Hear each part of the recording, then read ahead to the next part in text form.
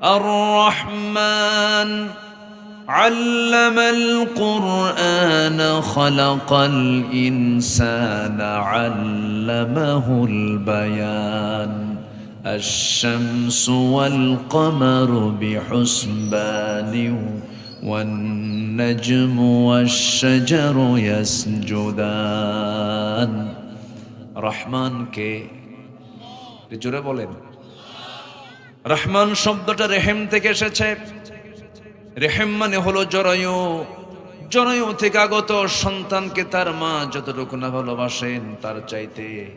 লক্ষ কোটি গুণ ভালোবাসেন যিনি মহান রব তিনি হচ্ছেন রহমান জোরে কোন সুবহানাল্লাহ যিনি দয়া করে মায়া করে বান্দাকে কোরআন শিক্ষা দিয়েছেন কারণ কোরআন যদি না পেতাম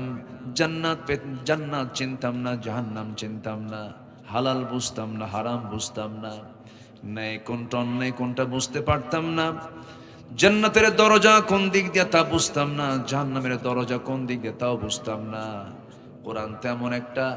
জানালার নাম যে জানালার দিকে তাকালে পরে বান্দা দুনিয়াতে বসেই জান্নাত জাহান্নামের দৃশ্য দেখতে পারে